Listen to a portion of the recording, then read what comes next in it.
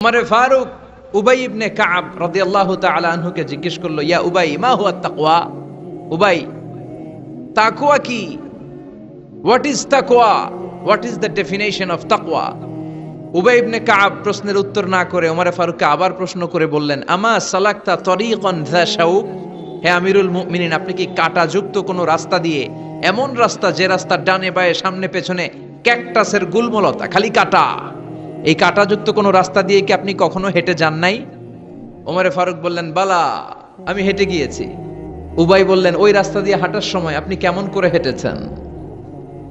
ওমরে ফারুক বললেন, ইজতাহাদতু ওয়া ইশতাম্মারতু, আমি এমন ভাবে হেঁটে গিয়েছি যাতে আশেপাশে ডানে বায়ে কাঁটা আমার গায়ে না লাগে, আমার জুব্বায় না লাগে। আমার জুব্বাটা ধরে আঁটো সাঁটো করে সন্তপর্ণে খুব সচেতনতার সাথে আমি হেঁটে গিয়েছি যাতে কাঁটা গায়ে না বিধে। উবাই বললেন, হাযা হুয়া তাকওয়া, এটাই তো তাকওয়া, এটাই তাকওয়া। এমন ভাবে এই পৃথিবীতে আপনাকে চলতে হবে যাতে শয়তানের কোনো হাতছানি, কোনো পাপ, কোনো পঙ্কিলতা, কোনো ধরনের অশ্লীল বিষয় আপনার গায়ে পৌঁছতে না পারে। এটাই তাকওয়া। বিশ্বনবী একবার খেজুরের ডালা ভেঙে মরুভূমির মধ্যে একটা দাগ টানলেন, লম্বা দাগ টেনে সাহাবাদেরকে বললেন, হাযা সিরাতুল মুস্তাকিম, এটার নাম সিরাতুল মুস্তাকিম। তারপর ডানে বায়ে দুই দিকে অনেকগুলো ছোট ছোট দাগ কাটলেন, বললেন, হাযিহি সুবুলুশ শায়তান, ডানে বায়ের রাস্তাগুলো এগুলো শয়তানের রাস্তা। ডান দিক থেকে বাম দিক থেকে তোমাকে শয়তান হাতছানি দিবে। গানের কনসার্টে চলো, ওখানে মমতাজ গান গাবে, আছে না নাই? মদের আড্ডাখানায় চলো, দুম্মা চলে ধুম দেখতে চলো, জুয়াবাজিতে চলো, নিষিদ্ধ পল্লীতে চলো, একটার পর একটা হাতছানি আপনাকে ডানে বায়ে সামনে থেকে পেছন থেকে আপনাকে গ্রাস করে ফেলতে চাইবে। কিন্তু মুমিন যখন সিরাতুল মুস্তাকিমের পথে একবার উঠেছে, এই পথটা শুরু হয়েছে দুনিয়া থেকে, এটার ওই প্রান্তে আছে জান্নাতুল ফেরদাউস। ঠিক কিনা? এজন্য প্রতিদিন সালাতে আমরা পড়ি ইহদিনাস সিরাতাল মুস্তাকিম। যে যুবকদের এই সমস্যা আছে, পর্নোগ্রাফির সমস্যা, এটা জাতীয় সমস্যা বাংলাদেশের জাতীয় রোগের নাম ডায়াবেটিক্স। জাতীয় রোগের নাম কি? আর যুবক যার জাতীয় সমস্যা হচ্ছে কি? পর্নোগ্রাফি। স্মার্টফোনগুলো আমাদেরকে স্মার্ট না বানিয়ে আমাদেরকে শেষ করে দিচ্ছে। ঠিক কি না? এজন্য আপনার একটা শক্ত সিদ্ধান্ত পারে আপনাকে জান্নাতি বানাতে, আর আপনার দুর্বল সিদ্ধান্তটাই আপনাকে জাহান্নামী বানানোর জন্য যথেষ্ট। এজন্য মুমিন মাত্রই তাকে বিশ্বাস করতে হবে, আল্লাহ ইজ ওয়াচিং মি। কি বিশ্বাস করবেন? আল্লাহ ইজ ওয়াচিং মি, আল্লাহ আমায় দেখছেন। কেউ দেখে না, কারো দেখার দরকার নাই, কিন্তু আমার আল্লাহ দেখে। ঠিক কি না?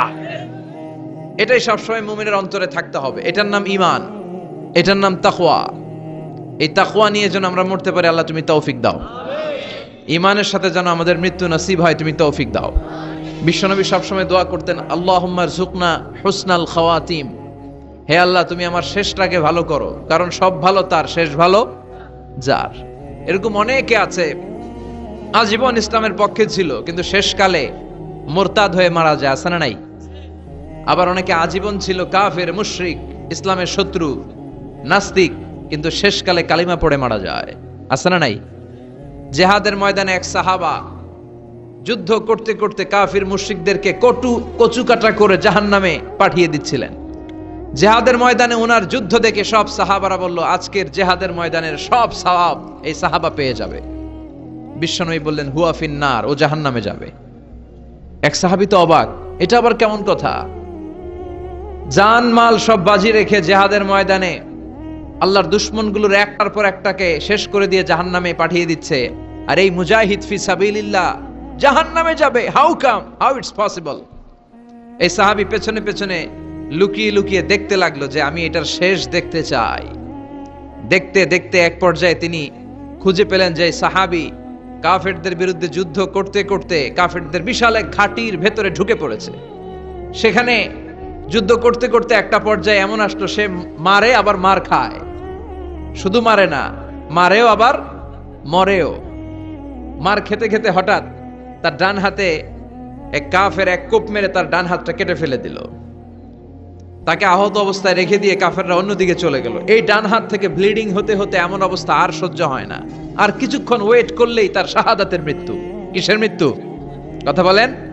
আমাকে শহীদ করে সেই মিছিলে শামিল করে নিও, যে মিছিলের নেতা মীর হামজা খোবায়েবে খাব্বাব আল্লাহর কাছে ছিল অতি প্রিয়। শামিল করে নিও আমাকে শহীদ করে, সেই মিছিলে শামিল করে নিও। পড়েন আমিন। শাহাদাতের তামান্না যার অন্তরে থাকে না সে মুমিন হতে পারে না, সে মুনাফিক। মরতে তো হবেই, এজন্য আল্লাহর কাছে আমরা শাহাদাতের মৃত্যু চাই, ঠিক কিনা? বিশ্বনবী বলেন শাহাদাতের মৃত্যু নিয়ে কেউ যদি বিছানায় পড়েও মারা যায়, কিয়ামতের দিন শাহিদদের কাতারে আল্লাহ তাকে দাঁড় করিয়ে দিবে। তো যুদ্ধ করতে করতে ওই সাহাবা আর কিছু সময় অপেক্ষা করলেই শাহিদি মৃত্যু, কিন্তু আর অপেক্ষা করতে না পেরে তলোয়ারটাকে সে মাটিতে গেড়ে ওই তলোয়ারের উপর ঝাঁপিয়ে পড়ল। পেটের এই পাশ থেকে ঢুকে পিঠ দিয়ে তলোয়ার বের হয়ে গেল, ওইখানে শেষ। তার মানে শাহাদাতের মৃত্যু হয় নাই, তার হয়েছে আত্মহত্যা। তার কি হয়েছে? সুইসাইড। মান খাতালা নাফসাহু বিশাইইন উযযিবা বিহি ইয়াউমাল কিয়ামা, যে ব্যক্তি যে জিনিস দিয়ে নিজেকে শেষ করবে কিয়ামতের দিন, ওটাই হবে তার শাস্তি।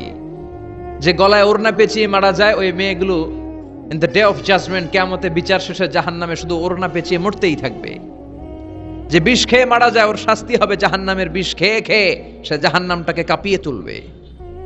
যে ছুরি ঢুকিয়ে স্ট্যাবিং করে মারা যায়, ও শুধু স্ট্যাবিং করতেই থাকবে জাহান্নামে। এই সাহাবা আত্মহত্যা করলেন। পেছন থেকে লুকিয়ে লুকিয়ে যে সাহাবা এই দৃশ্য দেখলো, সে দৌড়ে বিশ্বনবীর কাছে যেয়ে বলল, আশহাদু আন্নাকা মুহাম্মদ রাসূলুল্লাহ, আমি সাক্ষ্য দিচ্ছি নিশ্চয়ই আপনি আল্লাহর রাসূল। কারণ ওই সাহাবী আত্মহত্যা করে মারা গিয়েছে, তার কপালে শাহাদাত জোটে নাই। এজন্য বিশ্বনবী দোয়া করতে বলেছেন, আল্লাহুম্মা রযুকনা হুসনাল খাওয়াতিম, হে আল্লাহ আমাদের শেষটাকে তুমি ঈমানের মৃত্যু দিও, শেষ সময়টাতে তোমার নাম জপে যেন আমরা পৃথিবী থেকে যেতে পারি, তুমি তৌফিক দাও। চিল্লায় পড়েন আমিন। সব সময় মুমিন ভয় পাবে কাকে? চাইবে কার কাছে? নাকি খাজা বাবার কাছে, বড় হুজুর, ছোট হুজুর? একজনের কাছে আমরা চাইবো। চিৎকার করে বলেন, চিনি কে? কালা কচুয়া। ধলা কচুয়া নাই এদিকে? ধলাও আছে, কালা কচুয়া। চাঁদপুরের দিকে আবার একটা আছে কচুয়া, না? কাজিমউদ্দিন খন্দকার উচ্চ বিদ্যালয়, আলহাজ আব্দুল হক খন্দকার মহিলা মাদ্রাসা ও ফারুকিয়া হাফিজিয়া মাদ্রাসা এতিমখানার উদ্যোগে 53তম বার্ষিক ওয়াজ ও দোয়ার মাহফিল। প্রধান অতিথি অ্যাডভোকেট আব্দুল মতিন খসরু সাহেব, আমাদের মাননীয় এমপি মহোদয়, সংসদ সদস্য কুমিল্লা 5, প্রেসিডিয়াম সদস্য বাংলাদেশ আওয়ামী লীগ ও সাবেক সফল মন্ত্রী আইন বিচার ও সংসদ বিষয়ক মন্ত্রণালয়। অনেক নাম শুনেছি ওনার, দেখা হয় না। তো আজকে 2 ঘন্টা ধরে নাকি বসে আছে। আমিও আসছি দেরি করে। তারপরে এখানে একটা রেস্টুরেন্ট আমরা ডিনার করলাম। তো সবাই বারবার ফোন করে বলছিল যে এমপি সাহেব কিন্তু বসে আছে, বসে আছে। আমি ওনার নাম শুনেছি, উনি খুব ধর্মপ্রাণ একজন মানুষ। অনেকে আছে এই বড় বড় পদগুলো পেলে ইসলামকে ভুলে যায়, এরকম ডাকাত আছে না নাই? কিন্তু আপনাদের এমপি মহোদয় ইসলাম প্রিয়, ধর্মপ্রাণ, ইসলাম সম্পর্কে জানেও বেশি, মানেও বেশি, এবং বিভিন্ন মাহফিলে উনি যান। সেখানে যে দেদারসে বিভিন্ন জায়গায় ফান্ডিং করেন, সেখানে দান খয়রাত করেন। আমি নাম শুনেছি ওনার অনেক। আল্লাহ ওনাকে ইসলামের জন্য তুমি কবুল করো। যতদিন বেঁচে থাকেন ততদিন যেন ইসলামের সৈনিক হিসেবে এই বাংলার জমিনে কাজ করতে পারে, তুমি তৌফিক দাও। আমার আগে কথা বলেছে মোহাম্মদ বেলাল হোসেন হেলালি সাহেব, চমৎকার কথা বলেছেন, সুনিশ্চিত কোরআন থেকেই কথা বলেছেন। কথা বলেছেন শরীফুল ইসলাম সুলতানি সাহেব, আরো অনেকে কথা বলেছেন। যারাই কথা বলেছে কোরআন থেকে বলেছে, আর কোরআন থেকে কথা বললে ওটা ভালো হয়, ঠিক কিনা? ওইখানে ভেজাল থাকে না। কারণ এই কিতাবটা এমন কিতাব যেই কিতাবে কোনো ভেজাল নাই। আছে? কথা বলেন। আপনারা তো ঝিমায় পড়ছেন কেন? হ্যাঁ, আপনাদের আওয়াজের চেয়ে যে ট্রাক যে যায় ওটার আওয়াজই তো বেশি।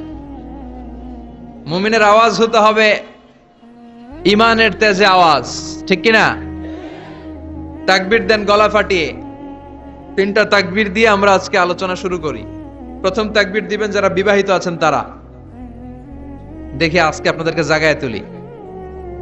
দ্বিতীয় তাকবীর যারা অবিবাহিত তারা। তৃতীয় তাকবীর আজকে সবাই মিলে দেব আমরা।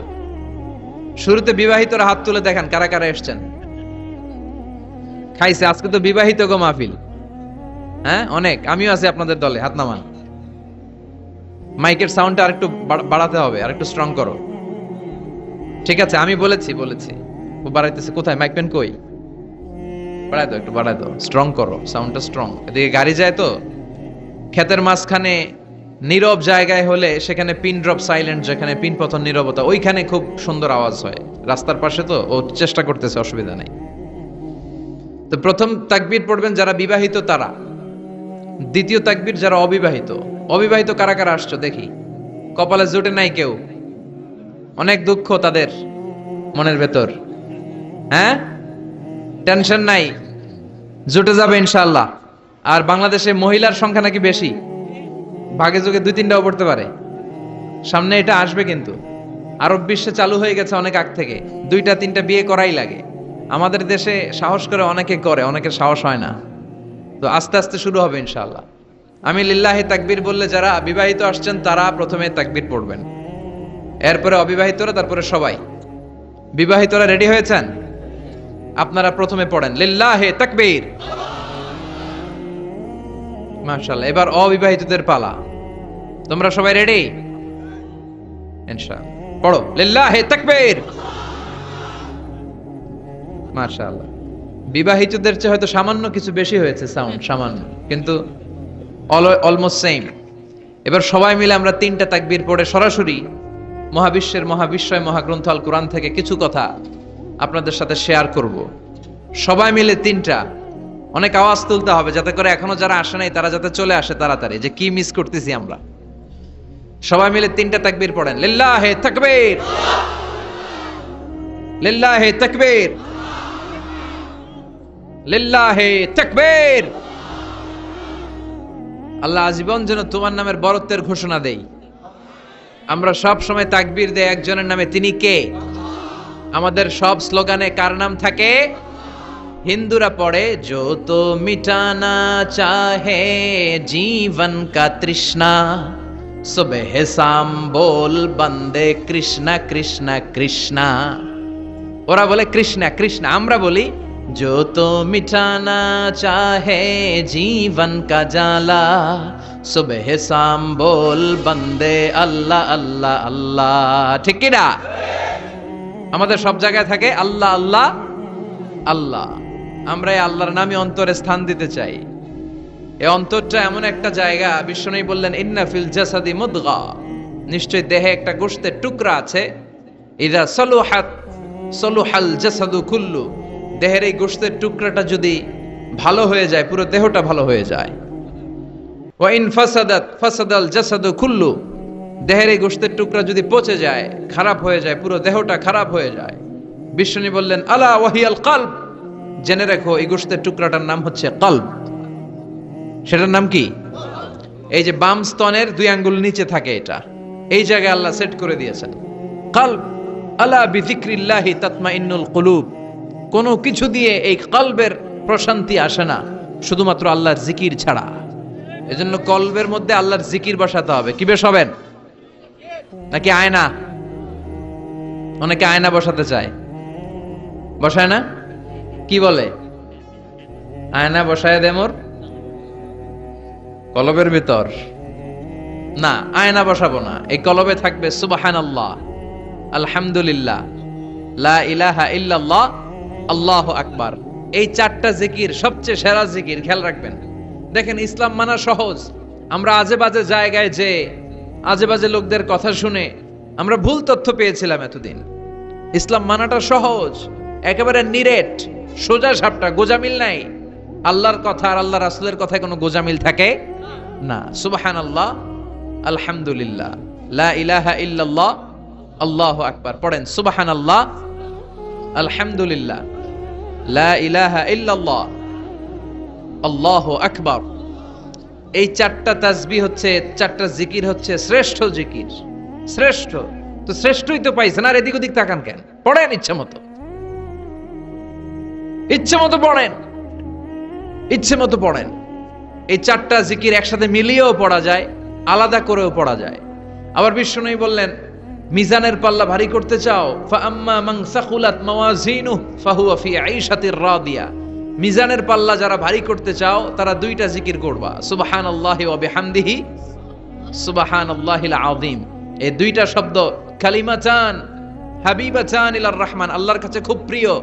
সাকিলাতানি ফিল লিসান, এই জিহ্বার মধ্যে এই শব্দ দুইটা উচ্চারণে খুব সহজ, খুব পাতলা।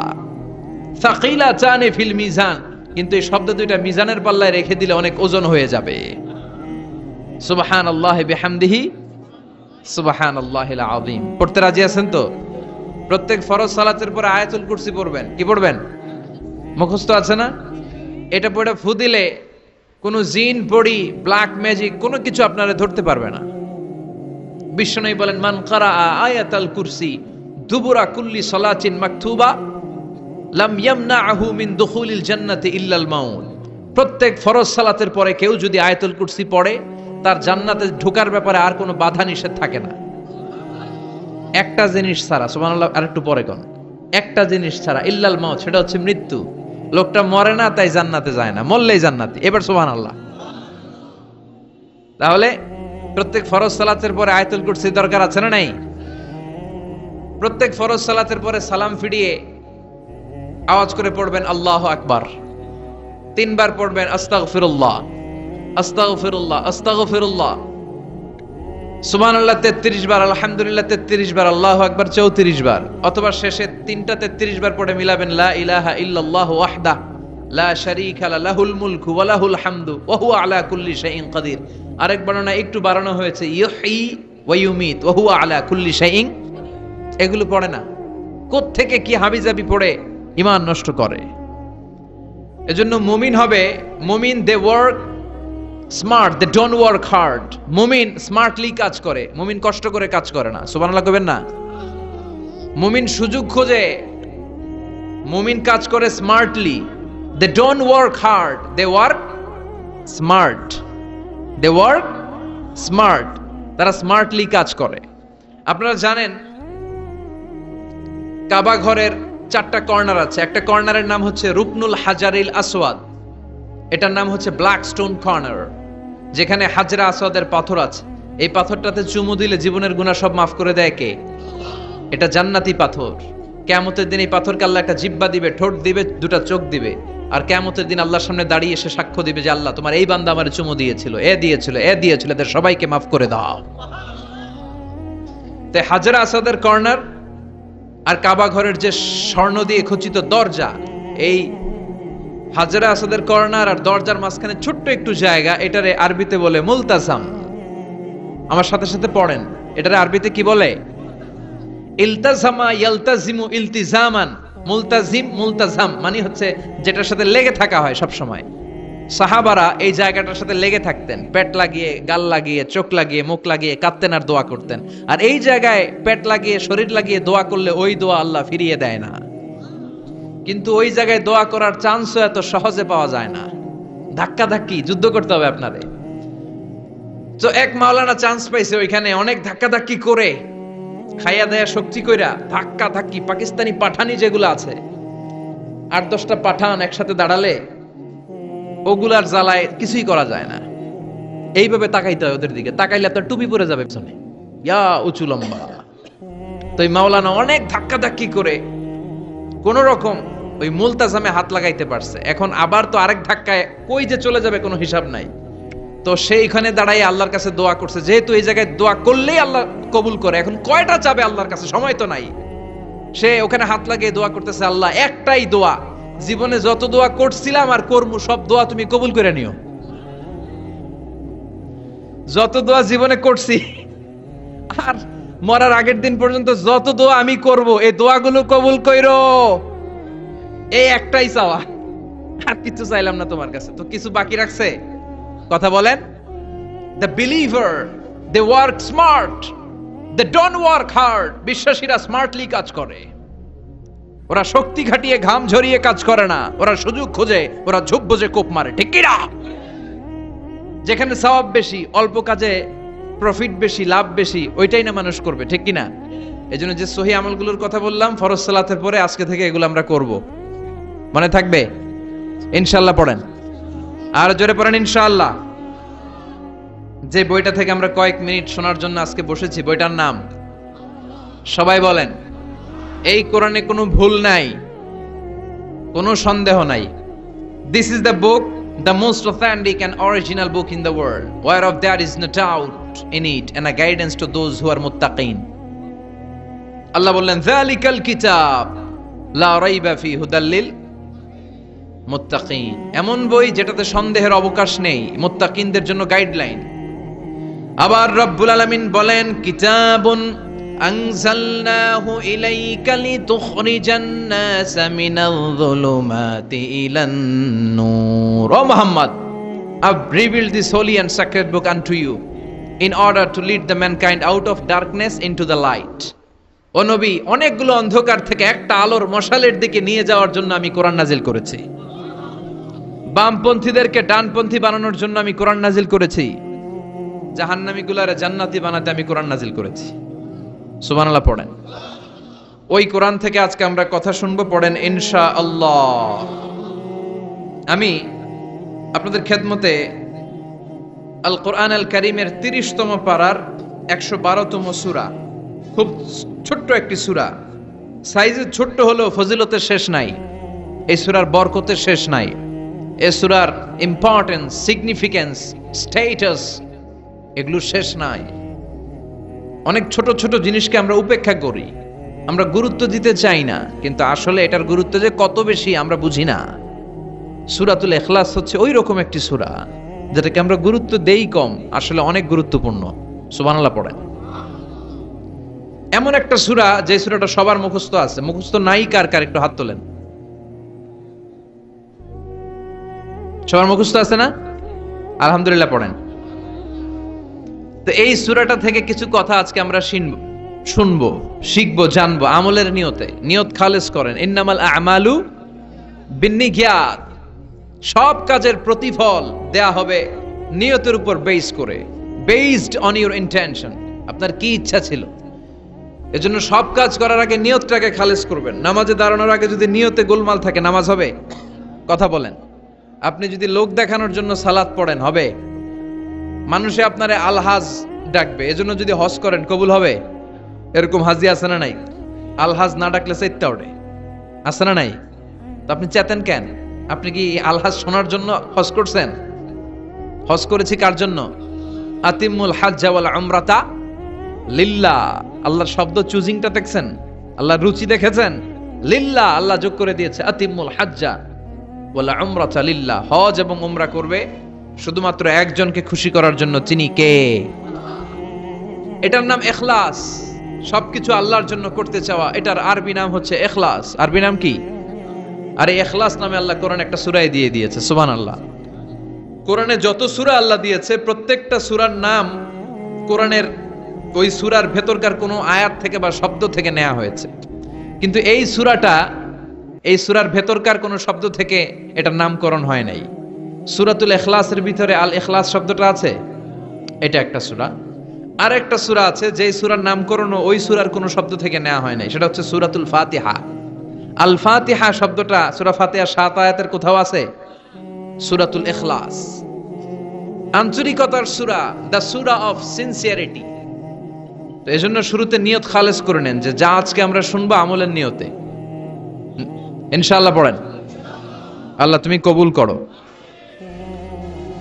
তবে আমি যখন বক্তৃতা করি আমি মনে করি যে আমি ক্লাস নিচ্ছি, এবং আমাকে অনেকে মেসেজ করে, যে আমাকে আমার ফেসবুক পেজে অনেকে মেসেজ করে যে হুজুর আমি আপনার তাফসির ক্লাসের একজন ছাত্র। আমার বুকটা ভরে যায়, আমার খুব আনন্দ হয় তখন যে আমি আপনার তাফসির ক্লাসের এক ছাত্রী, আমি আপনার তাফসির ক্লাসের এক ছাত্র। তো এটা একটা ক্লাস, এজন্য আপনাদেরকে কিছু জিজ্ঞেস করলে আপনারা আওয়াজ করে উত্তর দিবেন। সূরাটার নাম হচ্ছে সূরাতুল ইখলাস। কি নাম? সূরাতুল ইখলাস। এই সূরার আয়াত সংখ্যা 4টি। চিল্লায় বলেন কয়টি? এই সূরাটা মাক্কি সূরা। কি সূরা? কোরআনের সূরাগুলো দুই ভাগে বিভক্ত, একটা মাক্কি আর একটা মাদানী। এটা কি সূরা? সবাই বলেন। এটা কোরআনের 112তম সূরা। এই সূরায় মোট শব্দ আছে 15টা, অক্ষর আছে 47টা। আলহামদুলিল্লাহ পড়েন। সূরাটার নাম হচ্ছে সূরাতুল ইখলাস। সূরাতুল ইখলাসে শুধু এই সূরার নাম নয়, আরো অনেকগুলো নাম পাওয়া যায় এই সূরার।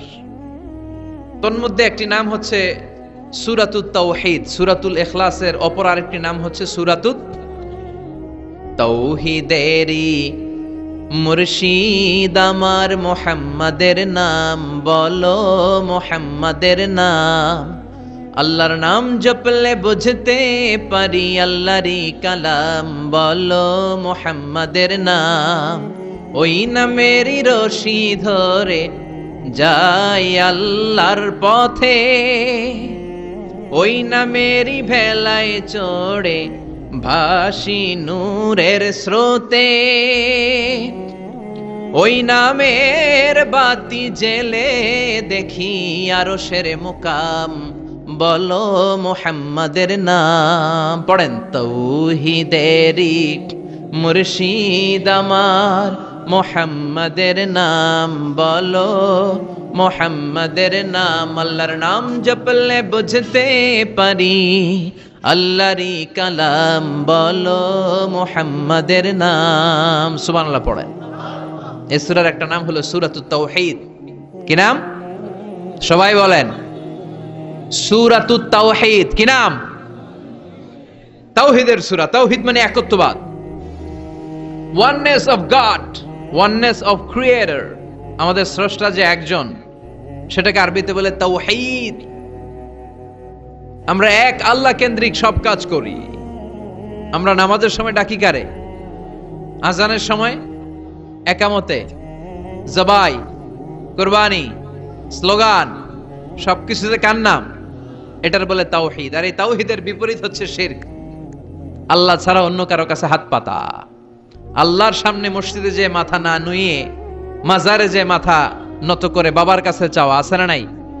দয়াল বাবা রে দয়া করো আমারে, দয়াল খাজা রে দয়া করো আমারে, আছে না নাই? বাবা খাজা কেউ দয়া করতে পারে না, দয়া করার মালিক কে? আল্লাহ। এজন্য বলতে হবে দয়াল আল্লাহ রে দয়া করো আমারে।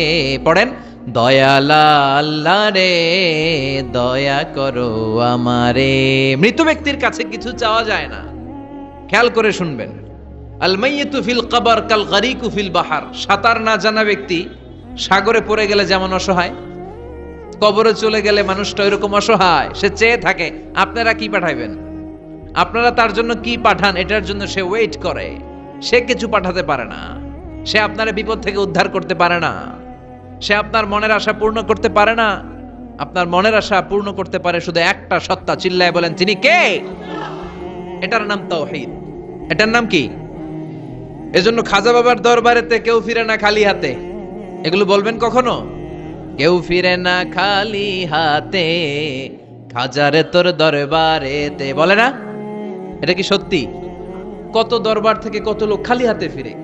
দামি ঘড়ি পরে গেছে, ঘড়ি চুরি হয়েছে, এখন খালি হাতে ফিরে। পকেট ভর্তি টাকা নিয়ে গেছিল, টাকা চুরি হয়ে যায়, খালি পকেটে ফিরে, আছে না নাই?